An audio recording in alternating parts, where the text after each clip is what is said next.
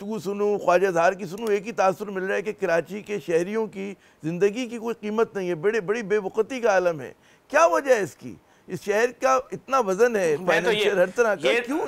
जी, ये तो मैं आपसे पूछ रहा हूँ ना, आप साफी हैं, आप जर्नलिस्ट हैं, मुझे बताएं ना कि आपने कभी सुना किसी शहर में साल में एक बार भी ट्रॉलर ने, टैंकर ने किसी को, बच्चे को, मियाँ बीवी और बच्चे को एक साथ रौंद दिया? यहाँ रोजाना 2 से 3 फैमिलियों में लाशें भेजते हैं ये सिर्फ इसलिए कि उनको पता है कि हम जिस टाइम पे चाहे शहर में घूम सकते हैं। पैसे की क्या पावर है, 500 रुपए की क्या पावर है, 100 रुपए की क्या पावर है। अगर हम किसी का बेटा रौंद देंगे, ड्राइवर चेंज कर देंगे, 16 साल का ड्राइवर हटा के 25 साल का बैठा देंगे, उसको एक दिन गिरफ्तार करवाएंगे, अगले दिन जमानत ले लेंगे और फिर वो उसी फैमिली के सामने से हंसता हुआ गुजर रहा होगा।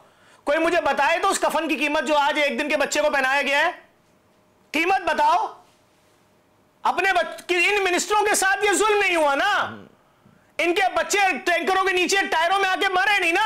अभी मैं बफर जोन में बच्चे के घर गया कल, वो बेचारा 5 साल का बच्चा कुरान हिफ्ज कर रहा था, घर में पानी तो आता नहीं है यहाँ कराची में, वो गया था गली के कोने से पानी भर के वापस आ रहा था, वाटर टैंकर ने टायर में मार दिया उसको। अब उसकी दादी मुझसे कह रही है, मेरे ख्वाब में रोजाना आता है, मुझसे बोलता है दादी मुझसे सिपारा सुन लो, दादी मेरा कुरान हिफ्ज हो जाएगा तो आप सबको बुलाएंगी खत्म कुरान पे? जवाब दो किसी हुक्म। भाई आप पुल के उस तरफ रहते हो, पुल के इस तरफ की जिंदगी तो देखो। 80% पाकिस्तानी जिंदगी कैसे गुजार रहे हैं देखो तो। लोगों के घरों में खाने को नहीं है, खाली पेट रोजा रख रहे हैं। 50,000 रुपए तनख्वाह, 25,000 रुपए घर का रेंट और 70,000 के इलेक्ट्रिक का बिल। 20-20 हजार रुपए के मखरूजे खाना कहां से लाएंगे? लेकिन अवाम है ना, ये 80% अवाम है, इनके पास ना ईद के कपड़ों के पैसे हैं, ना बच्चों को जूते दिलाने के पैसे हैं। हर घर में मैयत का समय है कि कहीं बच्चा ईद के जोड़े ना मांग ले। ऐसा खेल हो रहा है कि जिसकी कोई इंतहा नहीं है। अवाम है, जितने जूते मारने मारो, अवाम है, मजबूर अवाम है। क्या क्या जुल्म नहीं हो रहा अवाम के ऊपर, इसकी मिसाल नहीं है। कौन फेस करने गया उन तीनों के लाशों को? वो बच्चा जो था, जो अभी एक दिन का भी नहीं था, उसको अभी एक हफ्ते बाहर दुनिया में आना था, टायर ने रौंद के बच्चे को बाहर निकाल दिया। वो लड़का हाथ में लेके दौड़ रहा है कि कोई इस बच्चे को बचा लो, ये मुकम्मल बच्चा है।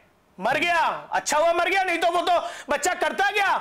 जब उसके माँ बाप को नहीं जीने दिया तो वो कैसे जीता इस दुनिया में? वो चला गया अपने माँ बाप के पास, लेकिन उसका हक था वो जिंदा रहता, उसके माँ बाप का हक था वो जिंदा रहते। मैं उसके भाई से मिलके आया, उस लड़की के बाप से मिलके आया, कहते हैं कि हमारे पास पैसे नहीं थे तो एक फ्री अस्पताल में गए थे आखिरी चेकअप कराने, 1 हफ्ते बाद डिलीवरी थी, ईद के चौथे 5वें दिन। कैसी खुशियां थी उस घर में।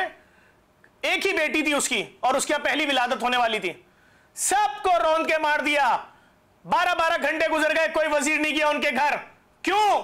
जवाब दो। नहीं, कैसे चले जाते? जिस वक्त ट्रक रौंद रहा था हमारी अफ्तार पार्टी चल रही थी, अफ्तार पार्टी छोड़ दे, वीआईपीज आ रहे थे, अरे तो शहरी में चले जाते। अरे शहरी में कैसे चले जाते? शहरी में एक और जगह शहरी की पार्टी थी।